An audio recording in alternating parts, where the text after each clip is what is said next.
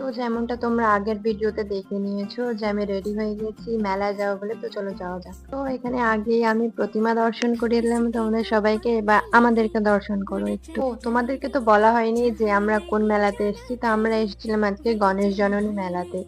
আর মেলাতে এসে আমার এই দোকানটা সব থেকে বেশি ভালো লেগেছে, কি সুন্দর সুন্দর এখানে হোম ডেকোর গুলো ছিল। তো আরো একটা জিনিস আমাদের তিনজনের পছন্দ ছিল, সেটা হচ্ছে এই ব্যাগটা। কি সুন্দর না, পুরো আমাদের তিনজনের মতন। আর এখানে এর অবস্থা দেখো, এখানেও বাঁশি বাজানো আরম্ভ করে দিয়েছে। তো যাই হোক, তারপরে আবার আমরা চলে গেছিলাম শিব মন্দিরে, সেখানে প্রণাম করে আমরা আবারও চলে এসেছিলাম মেলাতে।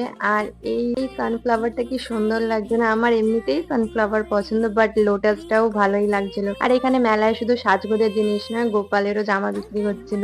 আর তারপর আমরা দেখে চলে গেছিলাম গঙ্গার ঘাটে। তো ওখানটাতে বসে আমরা একটু পরনিন্দা পরচর্চা করছিলাম। তারপর দেবলীনা এখান থেকে কিনছিল একটু কানের।